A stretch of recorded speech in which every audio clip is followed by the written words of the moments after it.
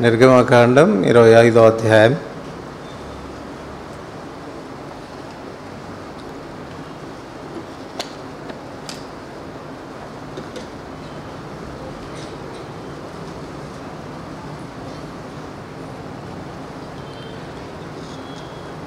ఇరవై 23 నుండి 30 వచనాలు మార్చి చదువుకుంటాం. నిర్గమకాండం 25వ అధ్యాయం 23 నుండి 30 వచనాలు మార్చి చదువుకుంటాం. మరియు నీవు తుమ్మకర్రతో ఒక బల్ల చేయవలెను, దాని పొడుగు 2 మూరలు, దాని వెడల్పు 1 మూర, దాని ఎత్తు 3.5.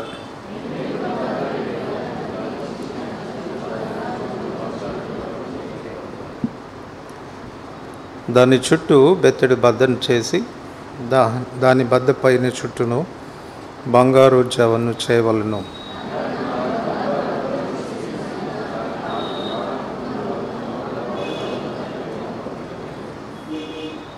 బల్ల మోయుటకు మోతకర్రలు ఉంగరములను బద్దకు సమీపంగా ఉండవలను.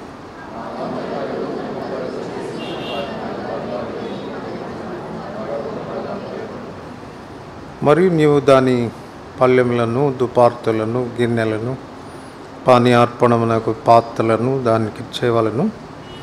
మేలిమి బంగారంతో వాటిని చేయవలను.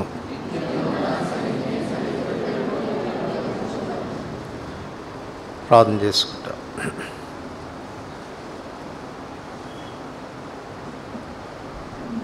ప్రేమగల తండ్రి, చదువుకున్న లేఖన భాగాలు మరలా మీ చేతిలో పెడుతూ ఉంటున్నాం. మీరు విరిచి ఆశీర్వదించి మాకు వడ్డించండి. దాచబడిన సత్యములు మీరు బయలుపరిస్తే కానీ మేమేమి గ్రహించే చాలామంది మేము ఎరుగుదము. గ్రంథకర్తమైన పరిశుద్ధాత్మదేవ సంగతులు తేటపరచుము. సత్యమును గ్రహించి సత్యమును అనుసరించి నడుచుకొని బిడలుగా మేము ఉండినట్లు మా మనోనేత్రములు వెలిగించుము. మరి ఒకసారి చేరి వచ్చిన బిడ్డలందరి మీద కూడా మీ రక్త ప్రోక్షణాన్ని కోరుతూ ఉంటున్నాం. కలవరపరిచి ఆటంకపరిచి మా ఆలోచనలను చెదరగొట్టు అపవాది క్రియలన్నింటినీ మీరు లయపరిచి మీ వాక్యం మీదనే మా గమనం ఉంచినట్లు మా మనసులను మీ వాక్యం మీద కేంద్రీకరింపచేయమని మీ దీవెనలు కోరుతూ యేసు వారి ప్రశస్తమైన పరిశుద్ధమైన నామమున వందనములతో ప్రార్థిస్తున్నాం తండ్రి.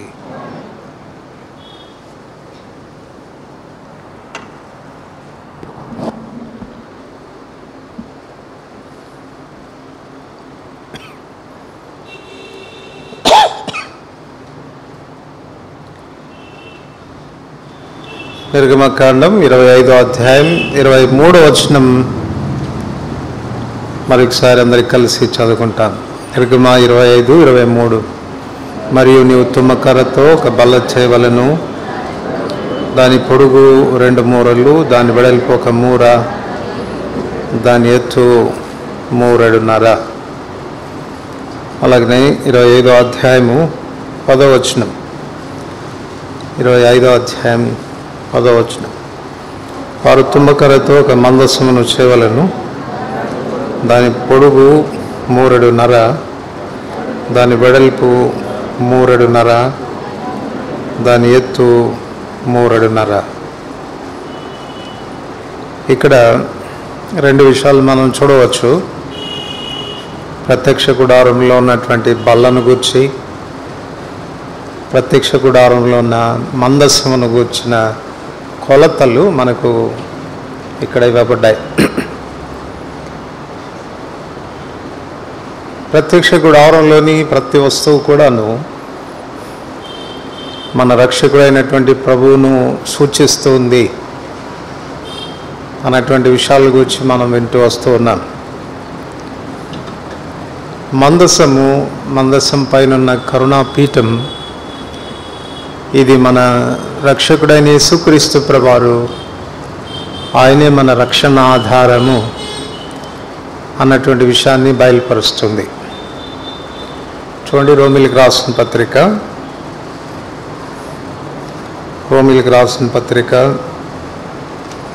3వ అధ్యాయం రోమిలికి రాసిన పత్రిక 3వ అధ్యాయం 26వ వచనం. అందరికి కలిసి చదువుతాం. 26వ వచనం. క్రీస్తు యేసు రక్తమునందలి విశ్వాసము ద్వారా ఆయనను కరుణాధారముగా, క్రీస్తు మనకు కరుణాధారమైనటువంటి వాడు.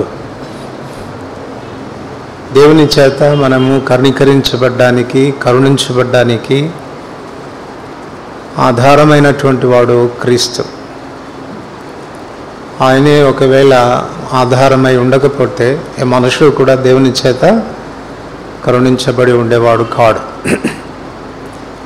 బైబిల్లో 2 మాటలు ప్రాముఖ్యంగా గుర్తించదగిన విషయాలుగా ఉన్నాయి. ఒకటి కృప, రెండవది కనికరం. కృప అనే మాటకు అర్థం దేనికి అనర్హులమో దానికి మనల్ని అర్హులుగా చేయుట. కనికరము అనేటువంటి మాటకు అర్థం దేనికి అర్హులమో దానికి అర్హులు కాకుండా చేయుట. దేనికి అర్హులం మనం? శిక్షకు అర్హులం, మరణానికి అర్హులం, పాతాళానికి అర్హులం. సో దానికి మనల్ని అర్హులు కాకుండా చేయటమే కనికరం అంటే. అందుకే మనం బాగా ఎరుగుదాం, మర్సీ పిటిషన్ అంటారు. ఎవరికి పెట్టుకుంటారు మర్సీ పిటిషన్?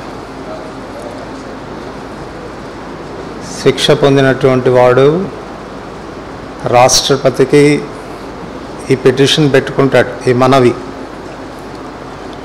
రాష్ట్రపతికి ఉన్న విశేషకమైనటువంటి అధికారాల్లో ఒక అధికారం ఏంటంటే ఇలా శిక్షించబడినటువంటి వాడి యొక్క శిక్షను తగ్గించుట.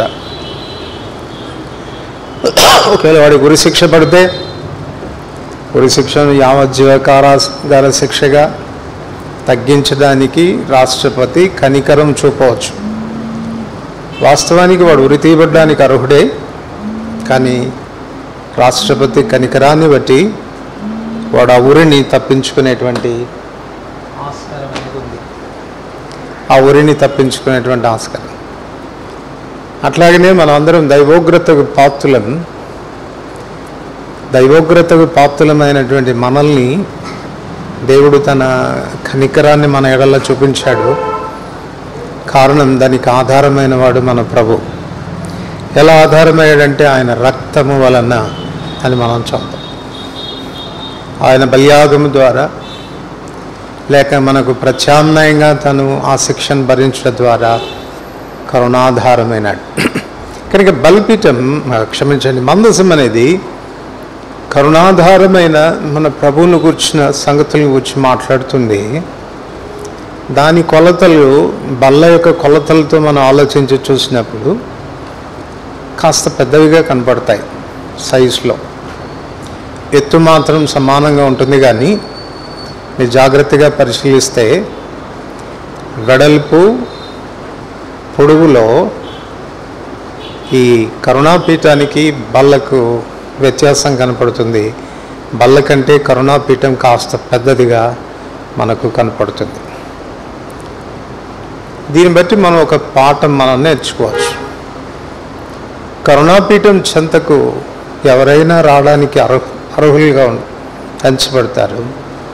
ఎందుకనంటే ఇప్పుడే మనం చెప్పుకున్నాం, కరుణ అని అంటే అర్థం ఏంటి, మర్సీ అంటే అర్థం ఏంటి, దేనికి అనర్హులమో దేనికి అర్హులమో దానికి మనల్ని అర్హులు కాకుండా చేయటం. కనుక శిక్ష నుండి మనల్ని తప్పించడమే కరుణ చూపించడం కనుక పాపి అయినటువంటి ప్రతి మనుషుడు కరుణాపీఠం చెంతకు వచ్చేదానికి ఆస్కారం అనేది ఉంది.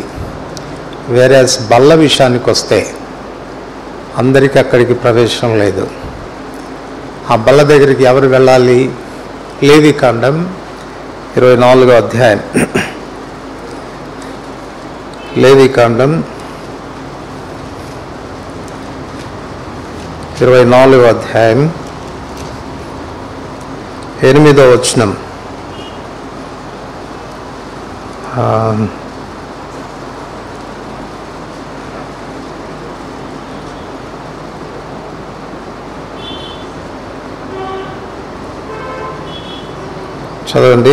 యాజకుడు ప్రతి విశ్రాంతి దినమున నిత్య నిబంధన బట్టి ఇశ్రాయేల్ వద్ద దాన్ని తీసుకొని నిత్యం యెహోవా సన్నిధిని దాన్ని పరిశుద్ధపరచవలెను.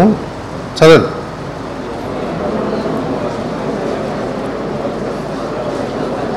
చక్కపరచవలను. అది అహరోనుకును అతని సంతతి వారికి ఉండవలను. వారు పరిశుద్ధ స్థలంలో దాన్ని తినవలను. అది అహరోనుకును వారి సంతతి వారికి మాత్రమే. అది కూడా ఎక్కడ తినాలి? వాళ్ళు పరిశుద్ధ స్థలంలోని తినాలి. పరిశుద్ధ స్థలంలోనికి ఒక సాధారణమైనటువంటి వ్యక్తి ప్రవేశించడానికి వీలు లేదు. సో బల్ల అనేది it is restricted to only priest, యాజకులకు మాత్రమే నిర్దేశించబడినటువంటిది. అహరోను సంతతి వారికి మాత్రమే నిర్దేశించబడింది. కనుక ఎవరు పడితే వాళ్ళు ఆ బల్ల దగ్గరికి రావడానికి అర్హత అనేది వారికి లేదు. ఇది కొత్త నిబంధనలోనికి వచ్చేసరికి మన ప్రభు యొక్క బల్లకు కూడా మనం దీన్ని పోల్చవచ్చును.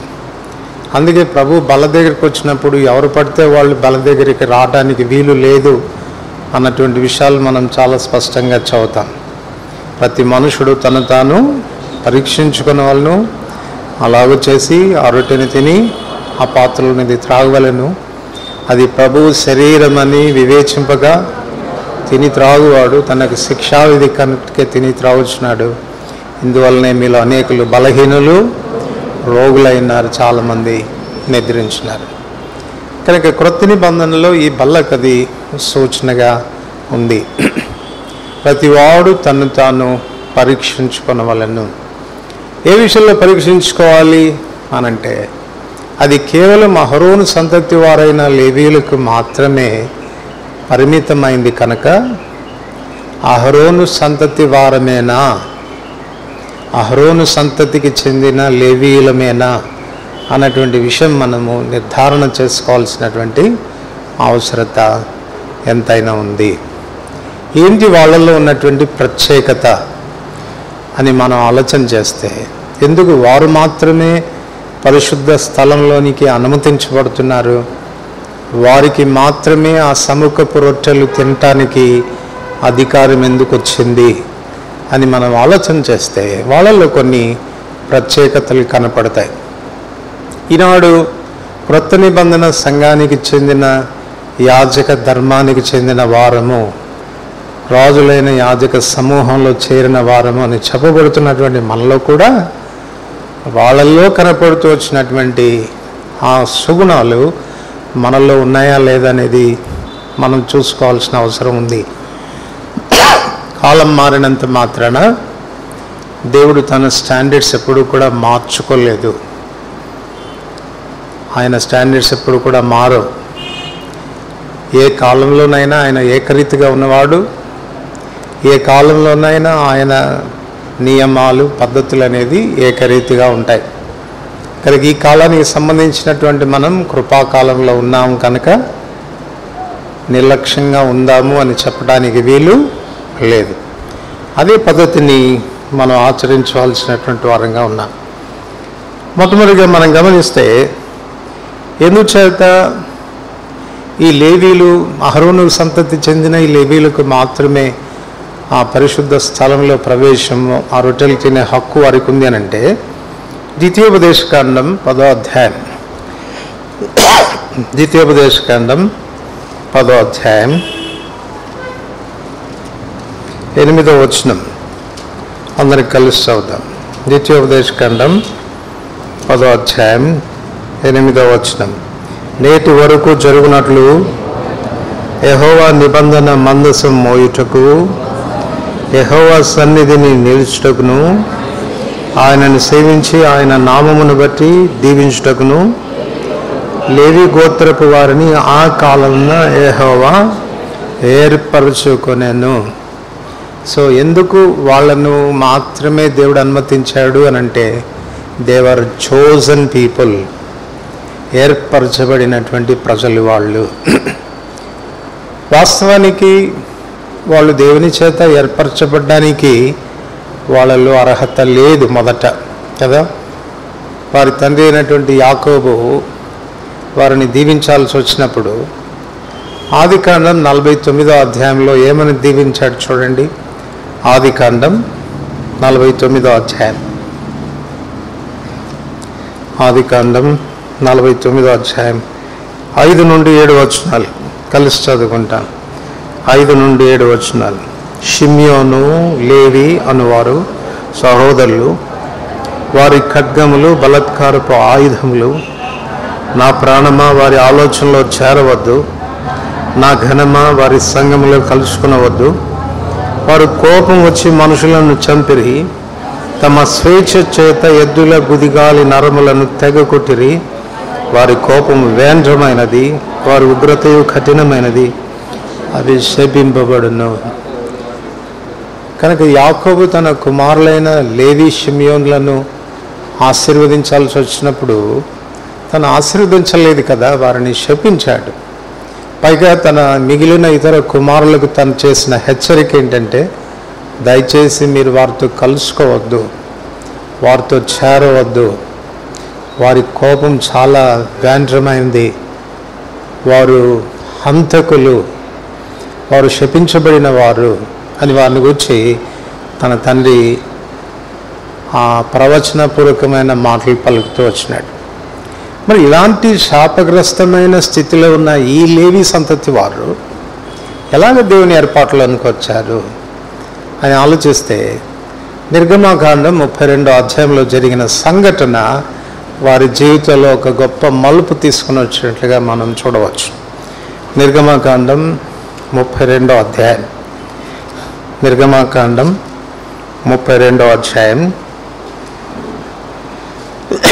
25, 26 వచనాలు కలిసి చదువుకుంటాం. 25, 26 వచనాలు. ప్రజలు విచ్చలవిడిగా తిరుగుట మోషే చూచెను, వారి విరోధుల్లో వారికి ఎగతాళి కలుగునట్లు అహరోను విచ్చలవిడిగా తిరుగుటకు వారిని విడిచిపెట్టి ఉండను.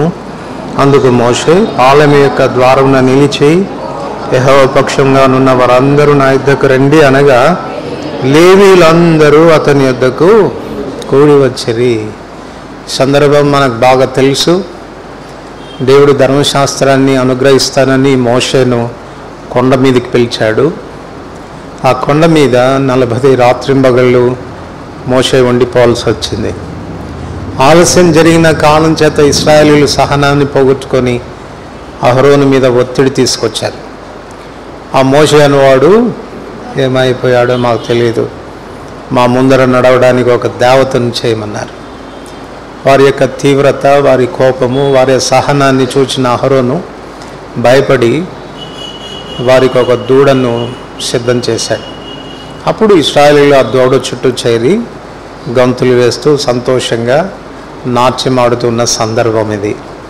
ఈ సందర్భంలో మోషే పర్వతం మీద నుంచి ఆ పలకలు తీసుకొని దిగి వచ్చాడు. దిగి వచ్చినప్పుడు ఇప్పుడు మనం చదువుకున్న వాక్యాన్ని అనుసరించి అహరోను ప్రజలను విచ్చలివిడిగా తిరుగుటకు విడిచిపెట్టి ఉండెను అని మనం చదువుతాం. దాన్ని చూచాడు మోషే. అప్పుడు తాను ఒక పిలిపించాడు. ఏమని పిలిపించాడు? యెహోవా పక్షంగా ఉన్నవారులారా మీరందరూ నా యుద్ధకు రండి. యెహోవా పక్షంగా ఉన్నవారులారా. అప్పుడు లేవీయులు రెస్పాండ్ అయ్యారు, ఆ పిలుపుకు రెస్పాండ్ అయ్యారు. ఇక్కడ యెహోవా పక్షంగా ఉన్నవారు అని అంటే ఎవరై ఉండాలి అనేది మోషే యొక్క ఆశ. ఎవరై ఉండాలి? యెహోవా పక్షంగా ఉండేవారు విచ్చలవిడిగా తిరిగేవారు కాదు. ప్రజలందరూ విచ్చలవిడిగా తిరుగుతూ ఉన్నారు, కానీ యెహోవా పక్షంగా ఉండేవారు విచ్చలవిడిగా తిరిగేవారు కాదు. మేము విచ్చలవిడిగా తిరగము అని చెప్పే వాళ్ళంతా కూడా నా పక్షంగా రండి అని పిలిపించినట్లుగా మనకు అర్థమవుతుంది.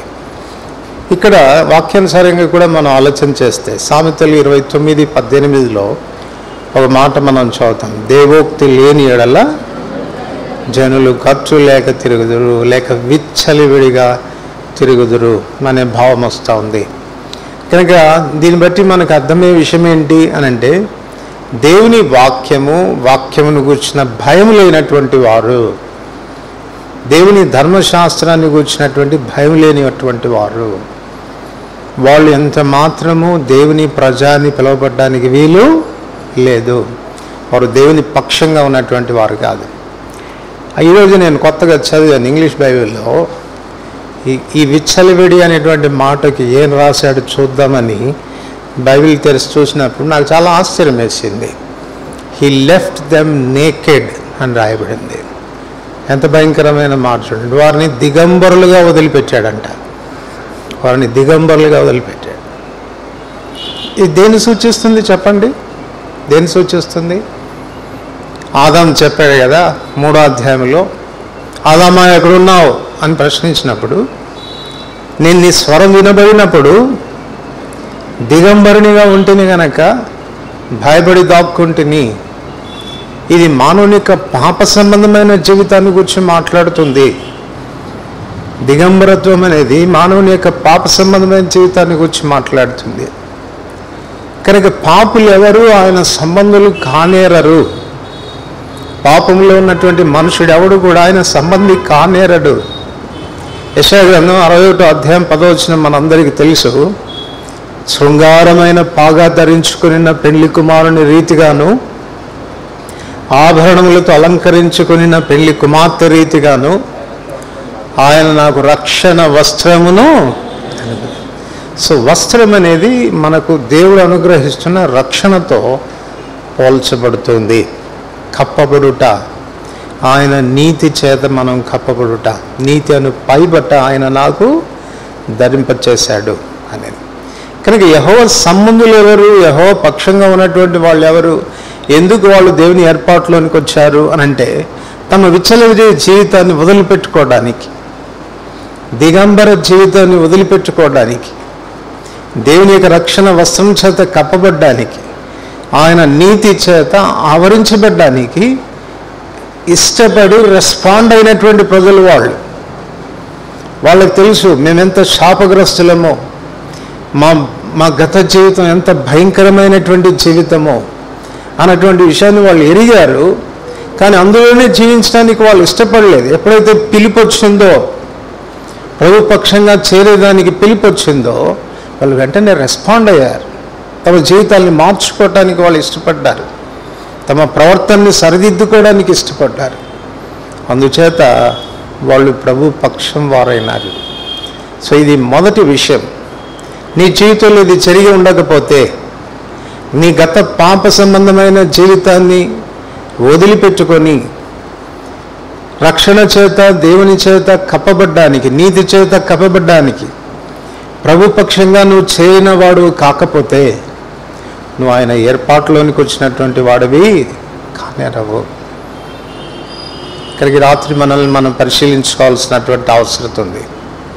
ఎందుకు లేవీలకు మాత్రమే అతి పరిశుద్ధ స్థలంలో ఆ సన్నిధి రొట్టెలను అనుభవించేటువంటి ఆధిక్యత దేవుడు ఎందుకు ఇచ్చాడు వాళ్లకు అంటే, దే ఆర్ చోజన్ పీపుల్, దేవుని చేత ఏర్పరచబడిన వాళ్ళు. ఎందుకు వాళ్ళు ఏర్పాటులోనికి వచ్చారు అని అంటే, పిలుపుకు స్పందించిన వాళ్ళు, ప్రభు పక్షంగా ఉండడానికి తమ గత జీవితాలను వదిలిపెట్టుకొని ప్రభు చెంతకు వచ్చినటువంటి వాళ్ళు అని చెప్పాలి. తర్వాత నిర్గమకాండం 32వ అధ్యాయం 27 నుంచి 29 వచనాలు మనం గమనిస్తే చదవండి. 32, 27 నుంచి 29. అతడు వారిని చూచి, మీలో ప్రతి వాడును తన కత్తిని తన నడుమును కట్టుకుని పాలెంలో ద్వారం నుండి ద్వారంనకు వెళ్ళుచు, ప్రతివాడు తన సహోదరుని, ప్రతివాడు తన చెలికాన్ని, ప్రతివాడు తన పొరుగువాన్ని చంపవలనని ఇశ్రాయేలు దేవుడైన యెహోవా సెలవిచ్చుచున్నాడనెను. లేవీలు మోషే మాట చొప్పున చేయగా ఆ దినములలో ఇంచుమించు 3,000 మంది కూలిరి. వారు దేవుని ఏర్పాటులోనికి రావడానికి ఉన్న రెండవ కారణం ఇక్కడ మనకు కనపడుతుంది. ఏంటది రెండవ కారణం అంటే, ఎవరైతే తమ సొంత తల్లిదండ్రులు కానీ, తమ సొంత సహోదరి సహోదరులు కానీ ఎవరైనప్పటికీ కూడాను, ఎవరైతే దేవుని వాక్యానికి భయపడక విచ్చలవిడిగా జీవించేదానికి తీర్మానం చేసుకున్నారో అటువంటి ప్రజల నుండి తమను తాము వేరు చేసుకుంటున్నారు, తమను తాము ప్రత్యేకపరచుకుంటున్నారు. కత్తి ఖడ్గము వేరుపరుచున్నది, ఖండించేది, విభాగించేది అని మనం చెప్పుకోవచ్చు. అందుకే యేసుప్రభువారు ఆయన ఈ భూమి మీద ఉన్నప్పుడు ఆయన మాటలు చెప్తాడు, నేను భూమి మీద ఖడ్గము వేయవచ్చితిని. నేను సమాధానాన్ని పెట్టడానికి రాలేదు, నేను భూమి మీద ఖడ్గాన్ని వేయడానికే వచ్చినాను. అందువలన అత్తకు కోడలు, కోడలికు అత్త, పిల్లలకు తల్లిదండ్రులు, తల్లిదండ్రులకు పిల్లలు విరోధులైపోతారు. కనుక దేవుని చిత్తానికి వ్యతిరేకంగా ఉన్నటువంటి వారి నుండి మనల్ని మనం ప్రత్యేకపరుచుకునేటువంటి జీవితం అనేది చాలా అవసరమైనటువంటి విషయం. ఒకవేళ అది లేకపోతే రక్షించబడి కూడాను రక్షించబడనటువంటి మన రక్త సంబంధికుల యొక్క అన్య సంబంధమైన ఆచారాలు, సాంప్రదాయాలు, అలవాట్లలో మనం కూడా నిమగ్నమై వాళ్ళతో కూడా పాలు పొందుతూ రాజీ ధోరణిని ఒకవేళ మనం అనుసరిస్తూ ఉంటే నీవు ఏర్పరచబడినటువంటి వ్యక్తిగా ఎంచబడవు. లేవీలు దేవుని ఏర్పాటులోనికి రావడానికి ఉన్న రెండవ కారణం ఏంటంటే, వారు ప్రభు పక్షంగా చేరిన తర్వాత, ప్రభు పక్షంగా నిలిచిన తర్వాత వాళ్ళు తమ సొంత బంధువులను అనుకోలేదు, తమ సొంత తండ్రులు అనుకోలేదు. యేసుప్రభువారు కూడా అదే చెప్తాడు కదా, నీ తల్లి నీ సహోదరులు వచ్చారయ్యా నేను చూడడానికి అని అంటే ఏమన్నాడు చెప్పండి? ఎవరు నా తల్లి, ఎవరు నా సహోదరుడు, ఎవరు నా సహోదరి? దేవుని చిత్తం చొప్పున చేయవాడే.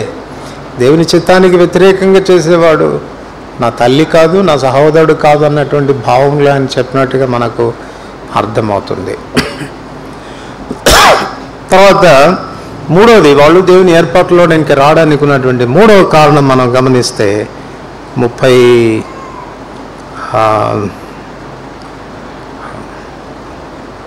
రాజులు 2వ గ్రంథం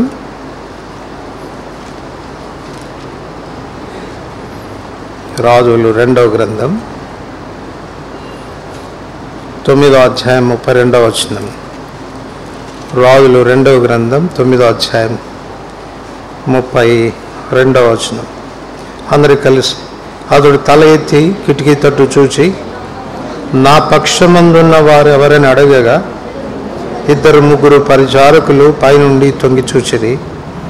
దీనిని క్రింద పడద్రోయడని అతడు చెప్పగా వారు దాన్ని క్రిందికి పడద్రోసినందున దాని రక్తంలో కొంత గోడ మీదను గుర్రముల మీదను చిందెను, మరియు గుర్రముల చేత అతడు దాన్ని త్రొక్కించెను. ఇది మనకు తెలుసు. ఎవరి విషయం ఇది?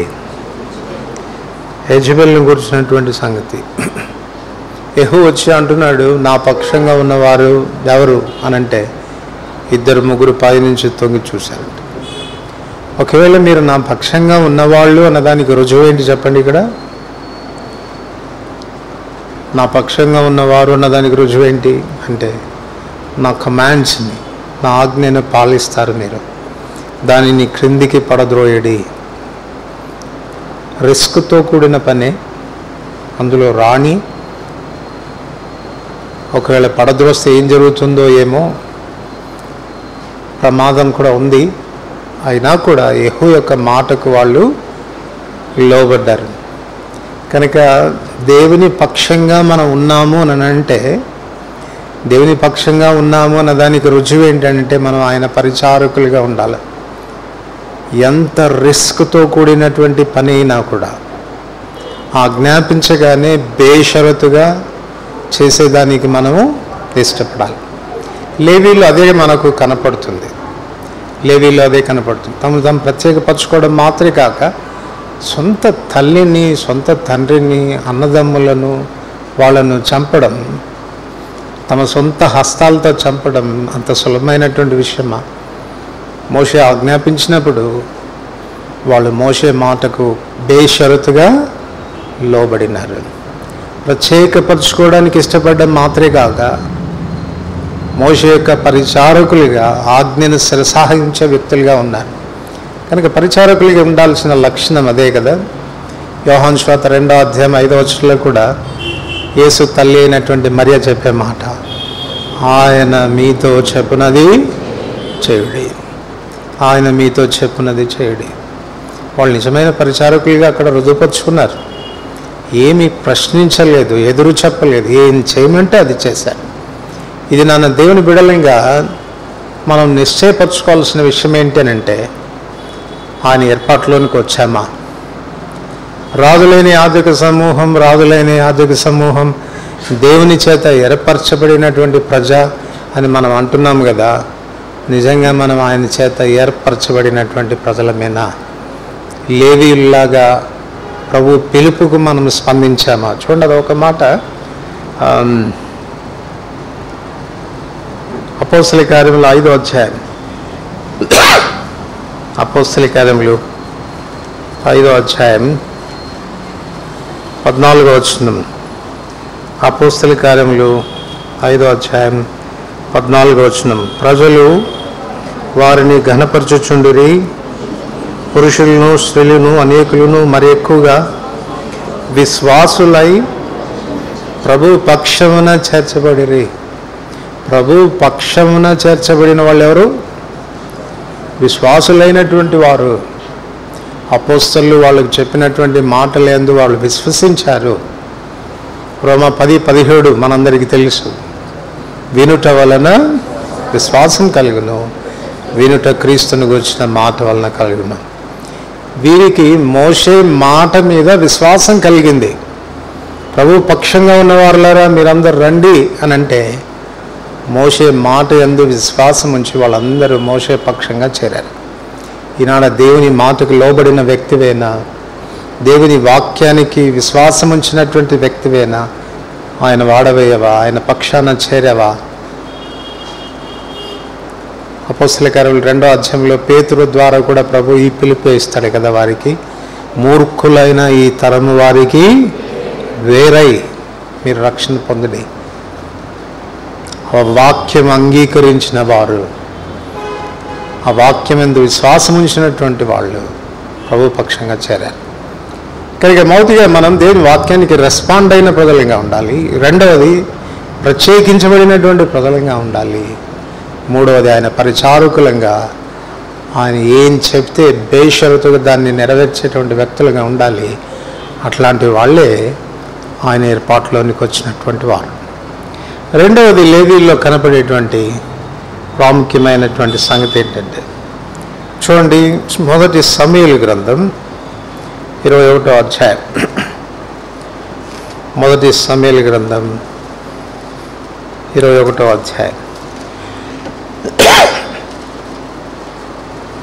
4వ వచనం. మొదటి సమూయేలు 3-4 వచనాలు చదివితే మంచిది. 3-4 వచనాలు. నీ వద్ద ఏమి ఉన్నది?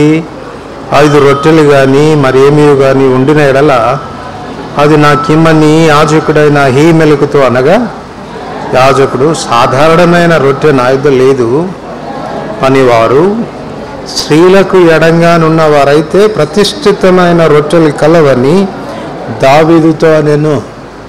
సో ప్రతిష్ఠితమైన రొట్టెలు తినడానికి ఉండవలసిన 2 అర్హతలు ఇక్కడ కనబడుతున్నాయి. ఒకటేంటి చెప్పండి?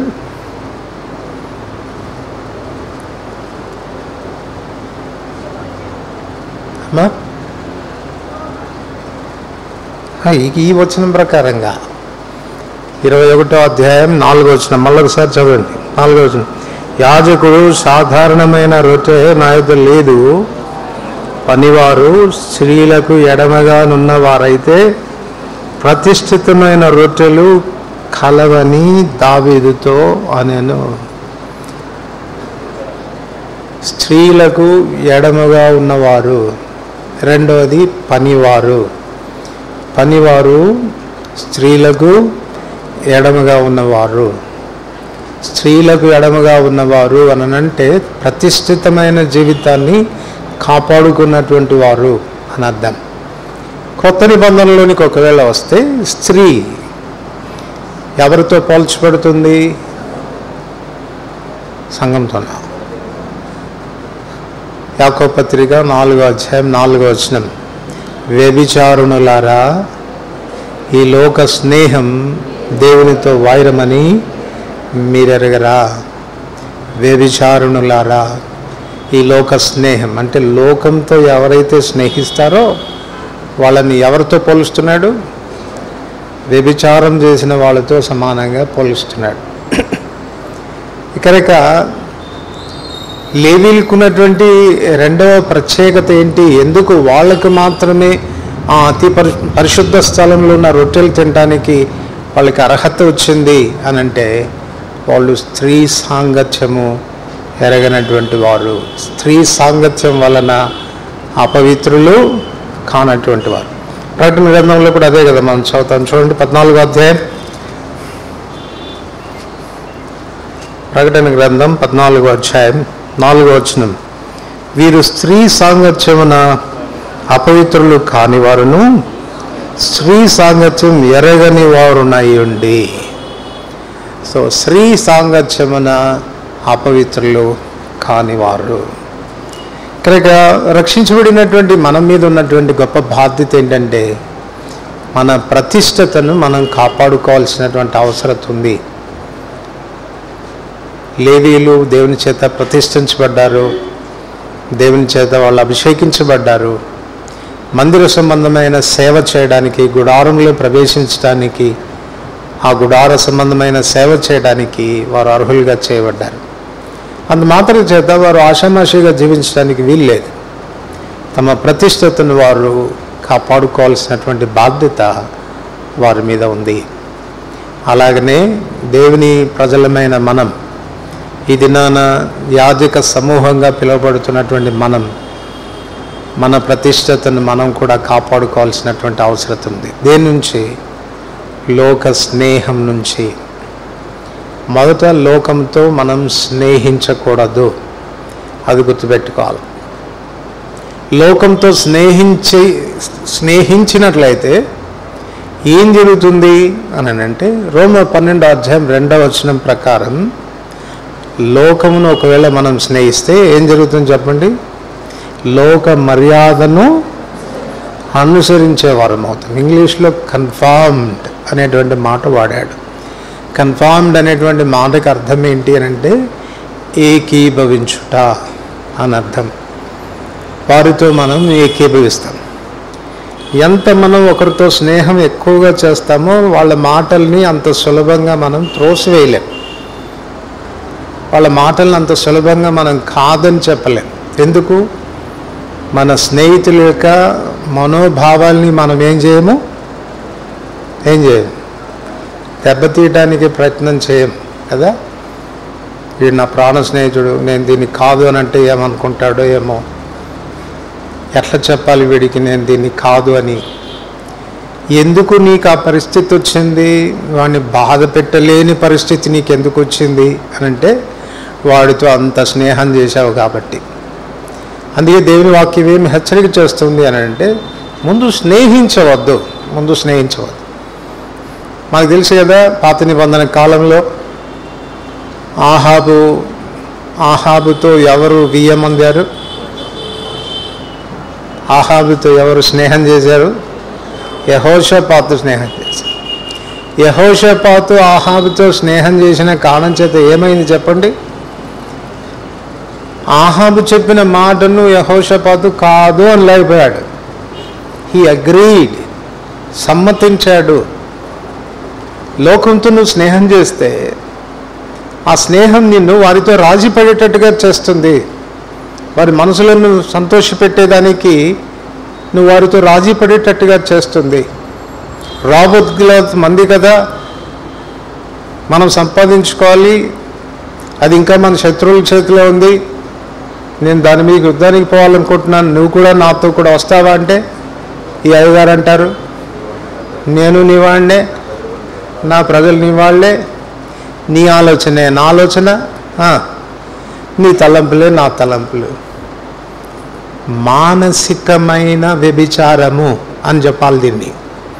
మానసికమైన వ్యభిచారం అంటే మనుషులు కలిసిపోవటం. మొదటి కొరింథీ 6 రాస్తాడు కదా, నేను దేవుని అవయవాలను తీసి వేశ్య యొక్క అవయములతో కలిపేదన్నా. వేశ్యతో కలుసుకునేవాడు ఆమెతో ఏక శరీరమై ఉన్నాడు. అట్లాగనే దేవుని ఆత్మను కలుసుకునేవాడు దేవుని ఆత్మతో ఏకాత్మయ్య ఉంటాడు. ఈ దినాన మనం ఎవరితో కలుసుకుంటున్నాము, మన ఆలోచనలు ఎవరి ఆలోచనలతో కలుస్తున్నాయి, మన ఉద్దేశాలు ఎవరి ఉద్దేశాలతో కలుస్తున్నాయి అన్న దాని మీద నువ్వు ఎవరివి అనేది ఆధారపడి ఉంది. లోక స్నేహం వ్యభిచారంతో పోల్చబడింది కదా. స్త్రీ సాంగత్యమున అపవిత్రులు కాని వారు వీళ్ళు. అంటే లోక సంబంధమైన ఆలోచనలు కానీ, లోకంతో రాజీ పడ్డం కానీ, లోక సంబంధమైన ఆలోచనలు కానీ, లోక సంబంధమైన పోకడలతో కానీ ఏకీభవించినటువంటి వాళ్ళు. ఈయన మన మనసు ఎవరితో ఏకీభవిస్తుంది అనేది మనం ఆలోచించుకోవాల్సినటువంటి అవసరం ఎంతో ఉంది. కేవలం నువ్వు యాజకుడైనంత మాత్రాన సరిపోదు. ఆయన కృపచేతను ఆయన ఏర్పాటులోనికి రాబడ్డావు. It is his grace. దేవుని యొక్క ఏర్పాటు విషయానికి వచ్చినప్పుడు మనం ఏమీ చేయలే ఆయన ఏర్పాటులోనికి రావడానికి. జగత్తు పునాది వేబడకు ఉనిపే ప్రేమ చేత క్రీస్తు ప్రభులో ఆయన మనల్ని ఏర్పరచుకున్నాడు. It is his grace. ఆయన ఏర్పాటులోనికి వచ్చావంటే నీ గొప్పతనం ఏం కాదు, ఆయన కృపచేత వచ్చినావు. కృపచేత నిన్ను పిలిచి తన ఏర్పాటులోనికి తీసుకుని వచ్చినటువంటి దేవుడు, పాపి అయి ఉండి అనర్హుడవై ఉండి దిగంబరువైనటువంటి నిన్ను తన రక్షణ వస్త్రంతో అలంకరింపజేసి ప్రతిష్ఠించినటువంటి దేవుడు నీ ప్రతిష్టతను కాపాడుకోవాల్సినటువంటి బాధ్యత నీ మీద పెట్టాడు. లోకంతో స్నేహిస్తే, లోక సంబంధమైన ఆలోచనలతో ఏకీభవిస్తే మనం దేవుని దృష్టికి మనం ప్రతిష్ఠితమైనటువంటి వ్యక్తులం కాదు, వ్యభిచారులతో సమానం అని చెప్పబడుతుంది. ఈ దినాన మన ఆలోచనలు ఎవరి ఆలోచనలు చెప్పండి. యథార్థంగా నువ్వు చెప్పగలవా? నా ఆలోచన దేవుని ఆలోచన ఒకటే, నా ఉద్దేశం దేవుని ఉద్దేశం ఒకటే, నా మనసు దేవుని మనసు ఒకటే. మ్యాచ్ అవుతున్నాయా? పౌలు చెప్తాడు కదా, క్రీస్తు యేసుకు కలిగిన ఈ మనసు నిన్ను కలిగి ఉండుడి. కనుక మనసులు కలుస్తున్నాయా? ఆలోచనలు కలుస్తున్నాయా? ఆయన ఉద్దేశాలు మన ఉద్దేశాలతో కలుస్తున్నాయా? అలా కలవడం లేదు అని అంటే ఇంకొకరితోనూ ఎవరితోనూ నువ్వు కలుస్తున్నావని అర్థం. అది దేవుని దృష్టికి చాలా భయంకరమైనటువంటి పాపంగా ఎంచబడుతుంది. దాన్ని ఆయన వ్యభిచారంతో సమానంగా ఎంచుతాడు. అలాంటి వాళ్ళు ఆయన ఏర్పాటులోనికి రాలేరు. లేవీయులకు ఎందుకు ఆధిక్యత దొరికింది? పరిశుద్ధ స్థలంలో వాళ్ళ రొట్టెలు తినేటువంటి ఆధిక్యత వాళ్ళకి దొరకడానికి కారణం ఏంటంటే తమ ప్రతిష్టతను వాళ్ళు కాపాడుకున్నారు. ఈ మధ్యాహ్నం ఒకసారి నీ జీవితాన్ని ఆలోచించు. ఆ ప్రతిష్టతను నువ్వు కాపాడుకుంటున్నావా? స్త్రీ సాంగత్యం వలన అపవిత్రులు కానివారు. మూడవది, అదే మొదటి సమయంలో 2వ అధ్యాయం 21వ అధ్యాయం, మొదటి సమయంలో 21వ అధ్యాయం 4వ వచనం అందరికి కలిసి చదువుతాం. మొదటి సమయంలో 21వ అధ్యాయం 4వ వచనం. యాజకుడు సాధారణమైన రొట్టె నా యొద్ద లేదు, పనివారు స్త్రీలకు ఎడంగా ఉన్నవారైతే ప్రతిష్ఠితమైన రొట్టెలు కలవని దావీదుతో అనెను. మూడవది, వారు ఏర్పాటులోనికి వచ్చిన వారై ఉండాలి, స్త్రీ సాంగత్యమున అపవిత్రులు కాని వారై ఉండాలి. మూడవది, వారు పనివారై ఉండాలి. పనివారంటే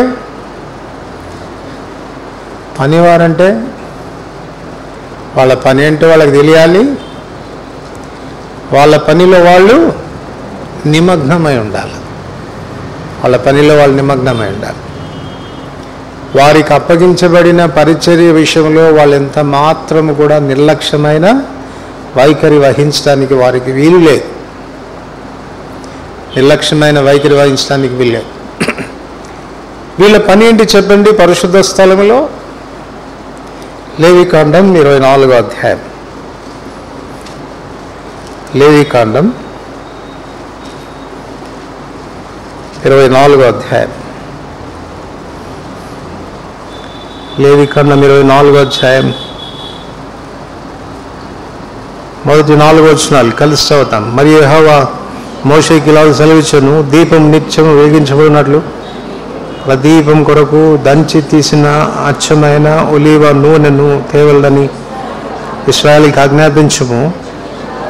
ప్రత్యక్ష గుడారంలో శాసనముల అడ్డతెరకు వెలుపల అహరోను సాయంకాలం మొదలుకొని ఉదయం వరకు అది వెలుగునట్లుగా యెహోవా సన్నిధిని దాన్ని చక్కపరచవలెను.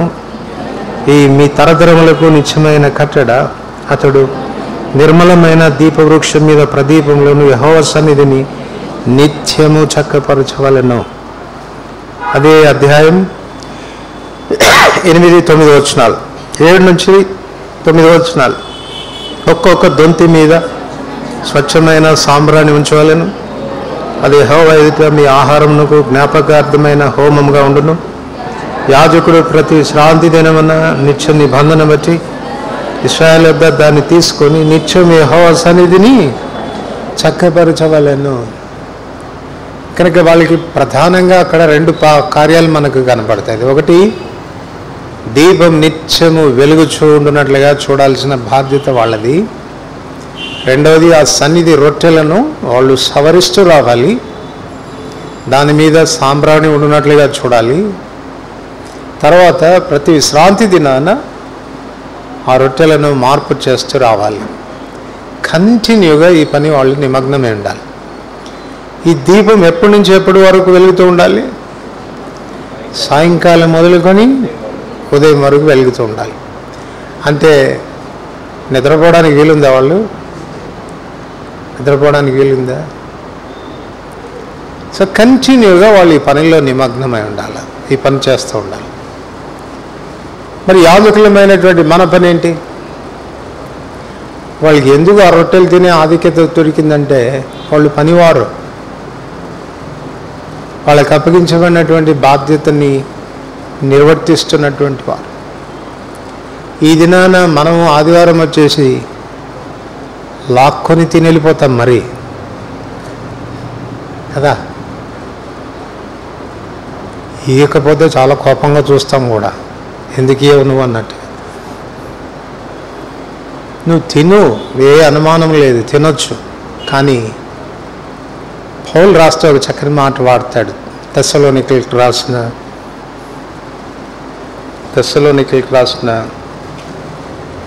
2వ పత్రిక 3వ అధ్యాయం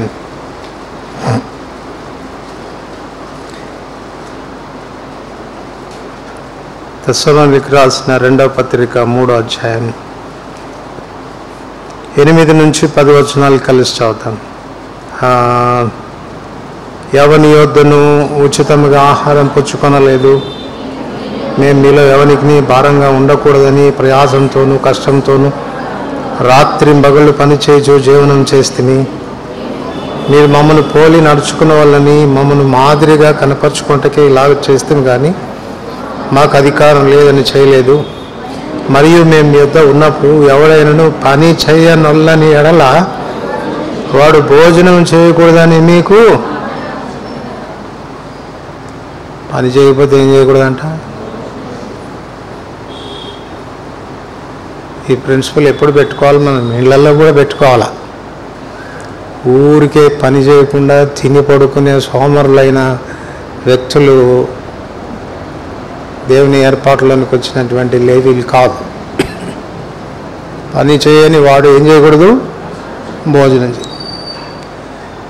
మరి నువ్వు ప్రభు రాత్రి భోజనం చేస్తున్నావు కదా, ఆదివారం వచ్చి బలలో పాలు పొందుతున్నావు కదా, నేను కూడా యాజకుడిని, నేను కూడా ఏర్పరచబడిన వాడిని, నాకేం డోకా ఉందని లాక్కొని తిని వెళ్ళిపోతున్నావు కదా, ప్రభు పని ఏమైనా చేస్తున్నావా? నీ యాజక ధర్మాన్ని నువ్వు నిర్వర్తిస్తున్నావా? వాళ్ళు రాత్రింబగళ్ళు పని చేస్తూ వచ్చినారు. వాళ్ళు ఆ దీపం నిత్యం వెలుగుతూ ఉన్నట్లుగా మెలకుగా ఉండాలి, ఏమాత్రం ఆరిపోకూడదు. ఆరిపోయింది అని అంటే వాళ్ళ ప్రాణాలు పోతాయి. అందుచేత వాళ్ళు ఎంతో కడు భయంతో దివారాత్రులు ఆ దీపాలు వెలుగుతున్నట్లుగా, అవసరమైతే దానిలో నూనె అయిపోతుంది అనుకుంటే నూనె చూసుకోవటం, నూనె పోసుకోవటం, ఒత్తిలో ఒకవేళ మసిబారుతున్నాయంటే వాటిని కత్తిరించి సవరించుకోవటం, ఇలాగా ప్రతి నిత్యమో దీపం వెలుగుతున్నట్లుగా చూస్తూ ఉండాలి.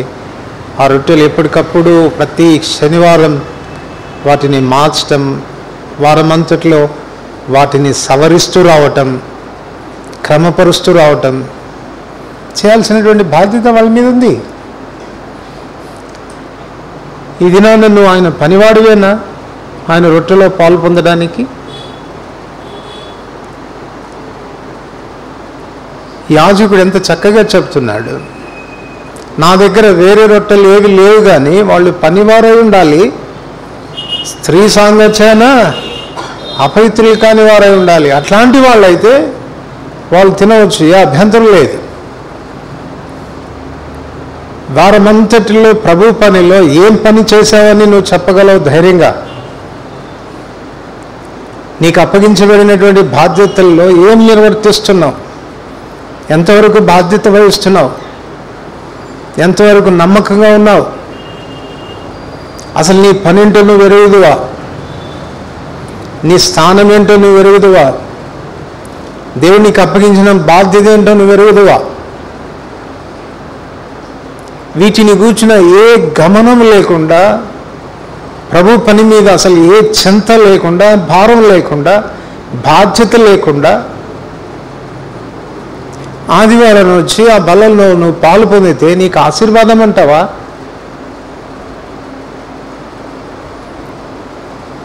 ఎవరు పాలు పొందాలి? ఎంత స్పష్టంగా చెప్పబడుతుంది. ఇది అందరికీ కాదు ఈ బల్ల. అహరోను సంతతి వారైన లేవీలకు మాత్రమే. ఎవరు వాళ్ళు? వాళ్ళు ఏర్పరచబడినటువంటి వాళ్ళు. ఎవరు వాళ్ళు? వాళ్ళు ప్రతిష్టతను కాపాడుకున్నటువంటి వాళ్ళు. ఎవరు వాళ్ళు?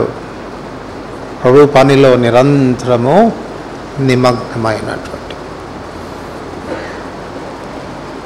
తిరిగి ఈ విషయాల్లో మనం గుర్తించాల్సినటువంటి అవసరం ఉంది. ప్రేక్షకుడుగా ఉండవద్దు. ఎంతకాలమైంది నువ్వు రక్షించబడి? ఎంతకాలమైంది ప్రభు నిన్ను తన ఏర్పాటులోనికి తీసుకుని వచ్చి? మనకు తెలుసు కదా, లూకా సువార్త 12వ అధ్యాయంలో ప్రతివానికి పని అప్పగించాయని వెళ్ళిపోయాడు. మనం ఎలా ఉండాలని చెప్తున్నాడు చెప్పండి? ప్రతివాడు తన నడుము కట్టుకొని ఉండాలి. యజమానుడు ఎప్పుడు వస్తాడా, నా పనిని ఎప్పుడు చూస్తాడా అన్నటువంటి గమనం కలిగినటువంటి వ్యక్తులుగా మనం ఉండి పని చేయాలి. అప్పుడు ఒక చక్కని మాట రాయబడింది. ఎవడు ధన్యుడు అనంటే, యజమానుడు వచ్చినప్పుడు వాడు తన పనిని చేయుచుండుట యజమానుడు చూస్తే వాడు ధన్యుడంట. అకస్మాత్తుగా నీ సోమరితనంలో ఒకవేళ నీ ప్రభు వస్తే, నీ నిద్రావస్థలో ప్రభు వస్తే, నీ బాధ్యత విస్మరించి అసలు నీ బాధ్యత ఏంటో ఎరగకుండా నిర్భీతిగా బాధ్యతారహితంగా జీవిస్తున్నటువంటి క్షణాల్లో ప్రభు వస్తే ఏం కావాలని గతి ఏమవుతుంది? కనుక మన బాధ్యతను మనం గుర్తించాల్సినటువంటి అవసరం ఎంతో ఉంది. కొన్నిసార్లు పని చేస్తాం కానీ పని ఎలా చేయాలో కూడా చెప్తున్నాడు. చూడండి, లేవికాండం 24వ అధ్యాయం.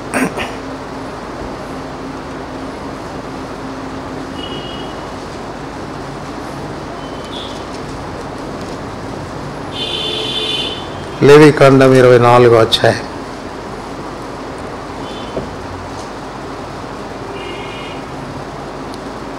3వ వచనం. ప్రత్యక్ష గుడారములో శాసనముల అడ్డతెరకు వెలుపల అహరోను సాయంకాలం మొదలుకొని ఉదయం వరకు అది వెలుగునట్లుగా యెహోవా సన్నిధిని దాని చక్కపరచవలెను.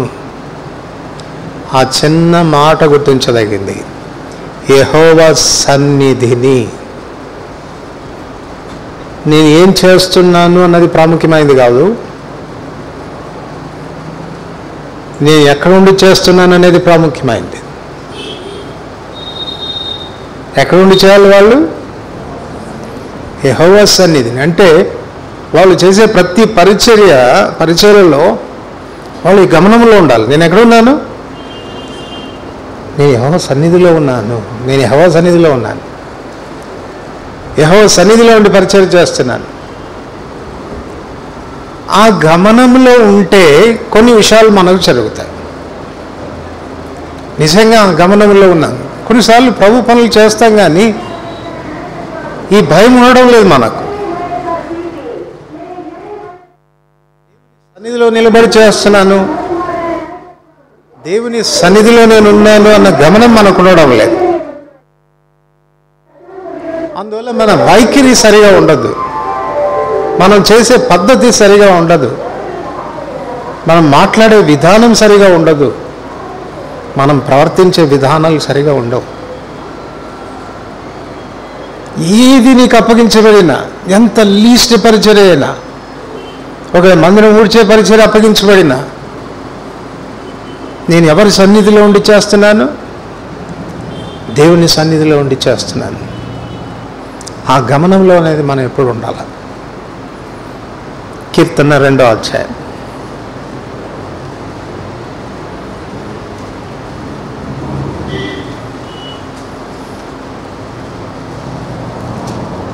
2వ కీర్తన 11వ వచనం. భయభక్తులు కలిగి యెహోవాను సేవించుడి, గడగడ వణుకుచు. ప్రభు పరిచర్య చేయడం చాలా సంతోషమే, ఆనందంగా ఉండాలి, సంతోషంగానే చేయాలి. ఆ సంతోషంలో ఏమి కూడా ఉండాలి? వణుకు కూడా ఉండాలంట. వణుకుతూ సంతోషించాలి. ఒకవేళ 4 సిస్టర్స్కి మందిరం ఊడవండి అని చెప్పామనుకోండి, మందిరం ఊరుస్తూనే ఉంటారు, ముసలమ్మ ముచ్చట్లు చెప్పుకుంటూ, ఇకలు పక్కలు. ఆ సందర్భంలోని పనికి మాలిన జోక్స్, వాళ్ళని గురించి వీళ్ళని గురించి కామెంట్స్. అట్లా సంతోషించడం కాదు. నువ్వు ఆనందించు. ఎందుకు? దేవుని ఇంటిలో దేవుడు నీకు ఇస్తున్నాడు ఒక బాధ్యత, దాన్ని చేసే బాధ్యత గొప్ప ఆధిక్యత. Be happy. కానీ గుర్తుపెట్టుకో, నువ్వు ఎవరి సన్నిధిలో చేస్తున్నావు? దేవుని సన్నిధిలో చేస్తున్నావు. మన ఇష్టానుసారంగా మాట్లాడుకోవటానికి, మన ఇష్టానుసారంగా నవ్వుకోవటానికి కాదది సమయం. దేవుని భయంలో మనం ఉండాలి, భక్తితో సేవించాలా. అదే పాత నిబంధన కాలంలో ఉన్నటువంటి యాజకులము, లేవీలము అయితే మన తాట తీసేవాడు ఆయన, ఇటువంటి పరిచర్య చేస్తే కదా. ఎంత భయం అండి వాళ్లకు. పరిశుద్ధ స్థలంలో పోయినప్పుడు ఏమాత్రం నేను అక్రమంగా ప్రవర్తిస్తే ఏమవుతాను? చచ్చిపోతాను, మరణం వచ్చేస్తుంది.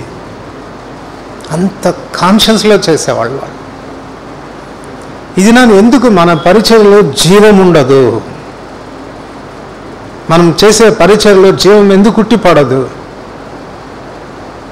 దేవుడు మనకి ఇచ్చేటువంటి పరిచర్య నేను దేవుని సన్నిధిలో ఉన్నానన్న గమనంలో చేయకపోవటం, ఆ భయంతో భక్తితో మనం సేవించకపోవటం.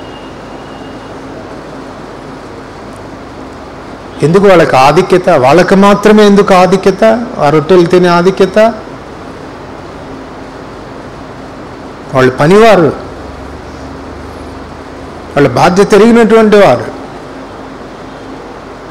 ఆ బాధ్యత ఎంత గొప్పదో, ఎంత ఆధిక్యత కలిగిందో ఎరిగినటువంటి వాళ్ళు. ఎవరి సన్నిధిలో నిలబడుతున్నారో వాళ్ళు తెలుసుకొని గమనంతో పనిచేస్తున్న పనివారు వాళ్ళు. అందువల్ల వాళ్ళకి ఆధిక్యత ఇవ్వబడుతుంది. లూకా సువార్త 12వ అధ్యాయం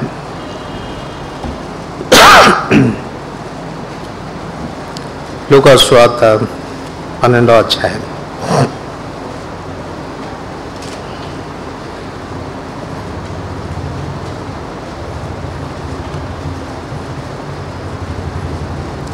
నలభై 42-43 వచనాలు చదవండి.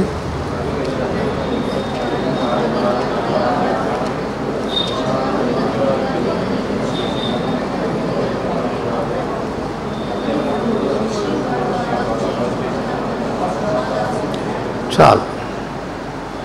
సో రెండవది, ప్రభు సన్నిధిలో మనం ఉన్నాము, ఆ గమనంలో మనం ఉన్నాము అన్నప్పుడు చాలా ఫెయిత్ఫుల్గా ఉంటాం. మనం ఫెయిత్ఫుల్గా ఉండడం అంటే అర్థమైంది చెప్తారా? నమ్మకంగా ఉన్నాము అని అంటే అర్థం ఏంటి? రెండు విషయాలు మనం ఇందులో చెప్పుకోవచ్చు. ఒకటి, మన పనిలో మనం ఉంటాం, మన పనిని కంప్లీట్గా నిర్వర్తిస్తాం. వీళ్ళ పనుల్లో, ఇతరతర పనుల్లో నిమగ్నం అవడం కాదు. యజమానుడు వచ్చి చూసినప్పుడు నీ పనిలో నువ్వు ఉన్నావా, లేకపోతే వేరే వాళ్ళ పనుల్లో నిమగ్నమై ఉన్నావా? వేరే వాళ్ళ పనుల్లో మనం నిమగ్నం అయితే జోక్యం చేసుకుంటే ఏమంటారు చెప్పండి? మైండ్ యువర్ బిజినెస్ అంటారు కదా. నీ పని నువ్వు చూసుకోరా, నా జోలికి ఎందుకు వస్తున్నావు అంటారు.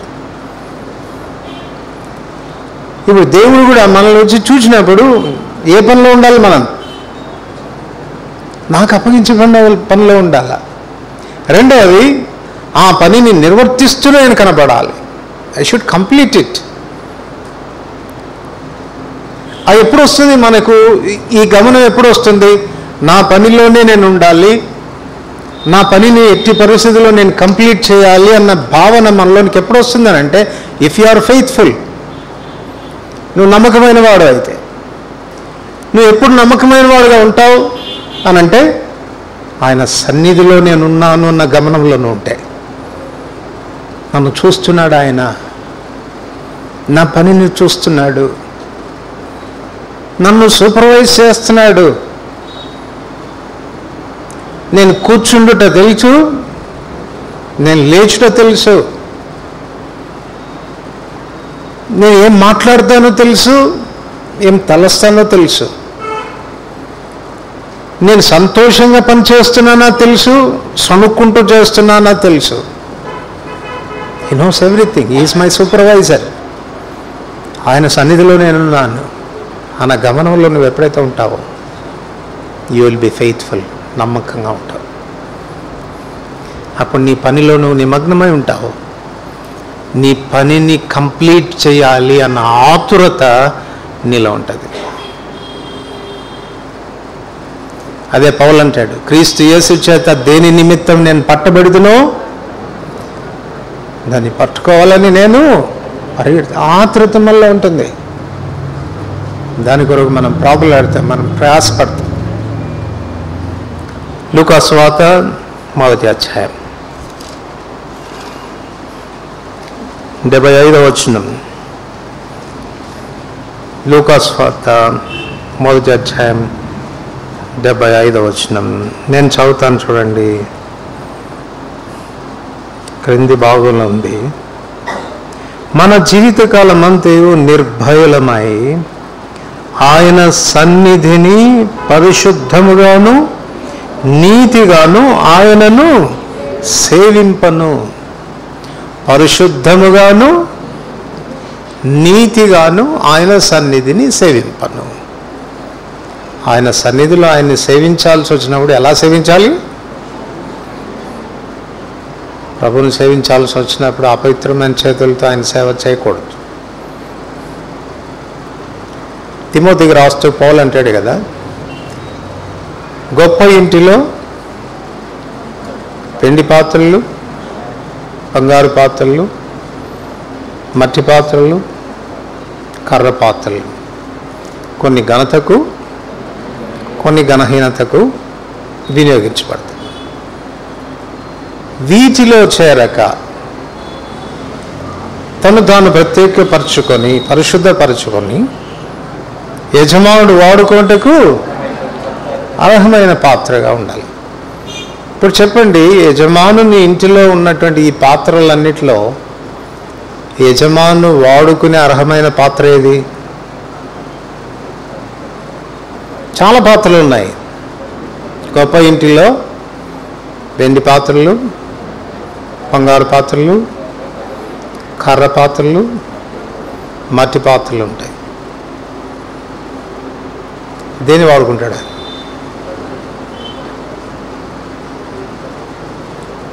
దేన్ని వాడుకుంటాడు? ఒకసారి చదివి చెప్పండి. తిమోతికి రాసిన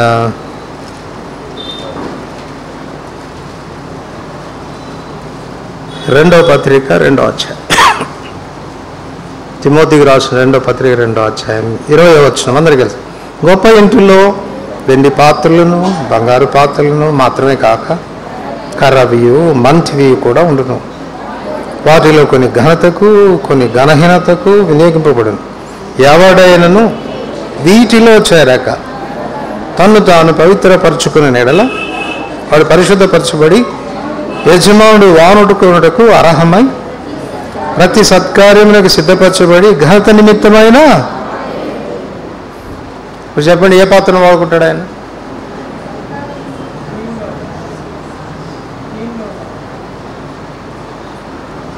ఏ పాత్రను వాడుకుంటాడు? వెండి ఉన్నాయి, బంగారు ఉన్నాయి, కర్ర ఉన్నాయి, మంటి ఉన్నాయి. ఎవడైనను వీటిలో చేరక, వేటిలో చేరక? చాలాసార్లు మనమే అనుకుంటామంటే వెండి పాత్రలు, బంగారు పాత్రలు, కర్రవి మంటి పాత్రలో చేరకుండా ఏ పాత్రలో చేరాలా? నేను బంగారు పాత్ర అయితే వాడుకుంటాడు. దేవునికి నువ్వు బంగారమైనా లెక్కలేదు, నువ్వు వెండి అయినా లెక్కలేదు, నువ్వు కర్ర అయినా లెక్కలేదు, నువ్వు మట్టి అయినా లెక్కలేదు. ఆయన వాడుకోవాలంటే మట్టి కూడా వాడుకుంటాడు, అవసరమైతే కర్రవి కూడా వాడుకుంటాడు, వద్దనుకుంటే వెండి బంగారాలు కూడా పక్కన పెట్టేస్తాడు. అందుకే వీటిలో చేరవద్దు. వేటిలో? కొన్ని ఘనత నిమిత్తమైన పాత్రలు, కొన్ని ఘనహీనమైన పాత్రలు ఉన్నాయి. కానీ దేంట్లో చేరవద్దు. కానీ నువ్వు ఏ పాత్ర అయి ఉండాలంటే నిన్ను నువ్వు ప్రత్యేకపరుచుకొని పరిశుద్ధపరుచుకున్న పాత్రగా ఉండాలి. నువ్వు బంగారు పాత్ర అయినా పరిశుద్ధంగా ఉండకపోతే నిన్ను వాడుకోడు. అదేంటి కదా, నేను ఐఏఎస్ ఆఫీసర్ని, దేవుని ఇంట్లో నాకు ఆ మాత్రం అధికారం లేదంటే నువ్వు ఐఏఎస్ ఆఫీసర్ నీ ఆఫీస్లోనే, ఇక్కడ కాదు. ఏ అనుమానం లేదు, నువ్వు బంగారు పాత్రవే. నీకుండే ఘనత నీకుంది. ఎవరు కాదంటారు బంగారాన్ని తక్కువ ఘనతగా ఎంచుతారా? కానీ దేవుని దృష్టిలో నువ్వెంత బంగారమైన ఆయనకు లెక్కలేదు.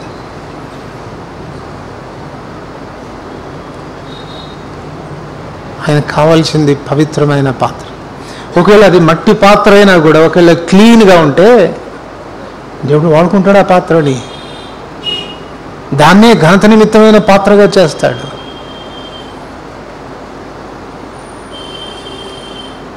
ఒక దినాన ఒక స్త్రీ ఎలీషా దగ్గరకు వచ్చింది. నా భర్త ప్రవక్త అండి, చనిపోయాడు, కానీ అప్పులవాడు మా ఇద్దరు కుమారులను పట్టుకుపోతానంటున్నాడు, దయచేసి నాకు సహాయం చేయి. ఎలీషా ఇచ్చిన జవాబు ఏంటి చెప్పండి? సొల్యూషన్ ఏంటి? అమ్మ ఏముంది నీ ఇంట్లో అంటే, కొండలో కొంచెం నూనె మాత్రం ఉంది, అది తప్పితే ఏం లేదయ్యా. అయితే ఒక పని చేయి, ఇంటింటికి పోయి అందరి దగ్గర బంగారు పాత్రలు, వెండి పాత్రలు అడుక్కురమ్మని చెప్పలా. ఏం తీసుకురమ్మన్నాడు? ప్రతి ఇంటి కుండలు తీసుకురా అని అంటే వాళ్ళు కూడా సంతోషంగా ఇచ్చారు. ఎందుకు చెప్పండి? ఎందుకు? పోతే పోయింది, ఇది పోతే పోయింది, ఏమి కొండే కదా అని అనుకొని అడిగిన వాళ్ళంతా కుండ ఇచ్చారు. కానీ ఈ స్త్రీని ఐశ్వర్యవంతురాలుగా చేసింది ఏది? ఆ మట్టి పాత్రలే. దేవుడు ఎవరిని వాడుకుంటాడు? లౌకికమైన మన జ్ఞానము, మన అంతస్తు, మన గొప్పతనము, మన ఘనతలను బట్టి కాదు ఆయన వాడుకునేది.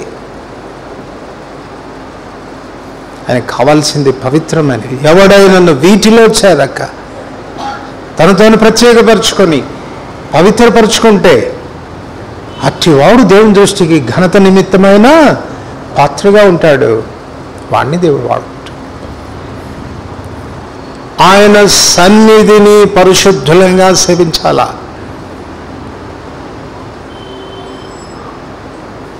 ఆయన సన్నిధిలో ఉన్నానన్న గమనంలో ఉన్నవాడే పవిత్రంగా ఉంటాడు. ఆయన దృష్టి నా మీద ఎల్లప్పుడూ ఉంది. నా చర్యలు గమనిస్తున్నాడు, నన్ను చూస్తున్నాడు. నా మాట ఎరుగు, నా పాట ఎరుగు, నా పడక ఎరుగు, నా నడక ఎరుగు. ఆయన కనుదృష్టి నరుల మార్గంల మీద ఉంచి ఉన్నాడు. వారి నడతలన్నీ బాగా కనిపెట్టి చూస్తున్నాడు. నేను ఆయన సన్నిధిలో ఉన్నాను అన్న గమనంలో ఉన్నవాడే తన పరిశుద్ధతను కాపాడుకుంటాడు. ఇంత ఘోర దుష్కార్యం చేసి దేవుని దృష్టికి ఎలాగా నేను పాపాన్ని కట్టుకోవాలి? కారణం యోసేపు దేవుని సన్నిధిలో ఉన్నాడు. ఇది నా ప్రభు సేవ చేయడం సులభం కాదు సుమా. ప్రభు సేవ చేయడం చాలా కష్టమైంది. ఎందుకు? వాళ్ళకి ఆధిక్యత. పరిశుద్ధ స్థలంలో ఆ సముఖపు రొట్టెలను వారు మాత్రమే తినే ఆధిక్యత ఎందుకు వారికి దొరికింది? బలిపీఠం చెంతకొచ్చి పవిత్రపరచబడిన సాధారణమైన వ్యక్తికి దొరకనటువంటి, విశ్వాసికి దొరకనటువంటి ఆధిక్యత వీళ్ళకెందుకు దొరికింది అని అంటే వాళ్ళలో కనపడుతున్న ఈ ప్రత్యేకమైన లక్షణం. దేవుని చేత ఏర్పరచబడిన వాళ్ళు, తమ ప్రతిష్టతను కాపాడుకున్న వాళ్ళు, ఆయన పనివారు. ఒకవేళ మనం ఈ గమనంలో ఉంటే,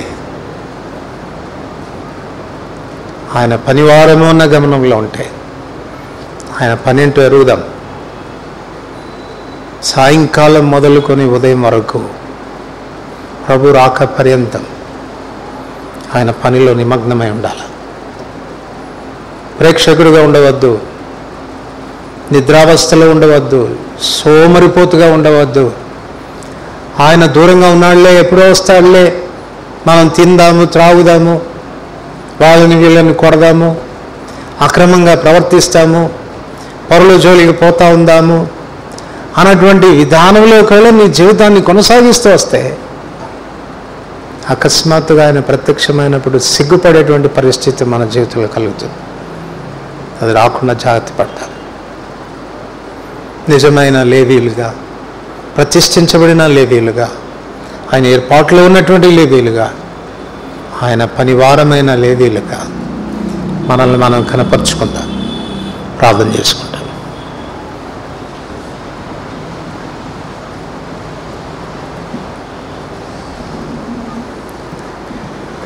ప్రేమ కలిగిన పరలోకమందున మా తండ్రి, కృప కలిగిన దేవా, యేసు ప్రభువారి శ్రేష్టమైన నామమున ఈ రాత్రి వేళ మరొకసారి మీ పాత సాన్నిధ్యంలో కనపడటానికి ఇచ్చిన ఆధిక్యతను బట్టి వందములు.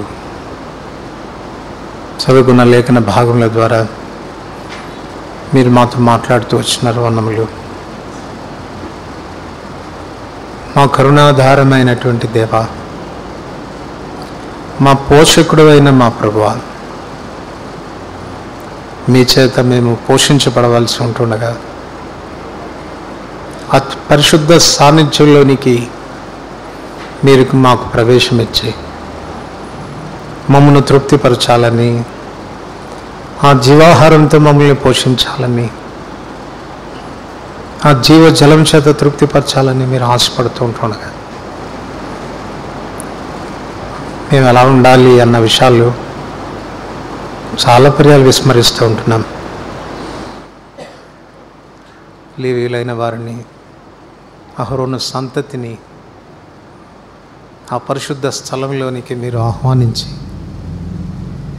అర్హత ఇచ్చి చేర్చుకొని మిమ్మల్ని సేవించే ఆధిక్యత ఇచ్చి దయల తండ్రి ఆ సన్నిధి రొట్టెలు తినే భాగ్యం వారికి ఇచ్చినందుకు వందనములు. ఈనాడు మీరు మాకు కూడా అటు ఆధిక్యత ఇస్తున్నారు. అయితే మీ ఏర్పాట్లోనికి వచ్చిన మేము మా ప్రతిష్టతను కాపాడుకునే విషయంలో ఉన్నాం. మా పని అంటూ ఎరిగి మా పనిలో నిమగ్నమై ఉండే విషయంలో ఎంత తప్పిపోతున్నాం, ఎంత తక్కువగా ఉన్నాం, ఎంత నిర్లక్ష్యమైన వైఖరిలో ఉన్నాం, ఎంత నిద్రావస్థలో ఉన్నాం, ఎంత అజాగరూకులుగా ఉంటున్నాం. కనికరం చూపించు. చాలా పర్యాలు మీ సన్నిధిలో ఉన్నాము, మీ సన్నిధిలో మేము సేవించాలి అన్న గమనం కూడా మాకు లేకుండా పోతుంది. అందుకే మా చేష్టలు సరిగా ఉండడం లేదు, మా మాటలు సరిగా ఉండడం లేదు, మా ప్రవర్తన సరిగా ఉండడం లేదు, మా సేవ సరిగా ఉండడం లేదు. మీకు ప్రీతికరమైన సేవ మేము చేయలేకపోతున్నాం, మీ పనివారము అని పిలవడలేకపోతున్నాం. కనికరించు.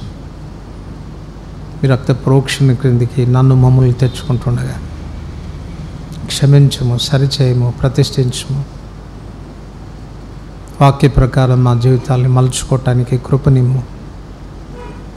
మా బాధ్యతలు మేము గుర్తించి మంచి పనివారంగా, సిగ్గుపడనక్కరలేని పనివారంగా, ఒక దినాన మీరు ప్రత్యక్షమైనప్పుడు మీ ముందు తల ఎత్తుకొని నిలబడగలిగిన వారంగా, బలా నమ్మకమైన మంచి దాసుడని మీ చేత పిలువబడిన వారంగా మేము ఉన్నట్లుగా చేయండి.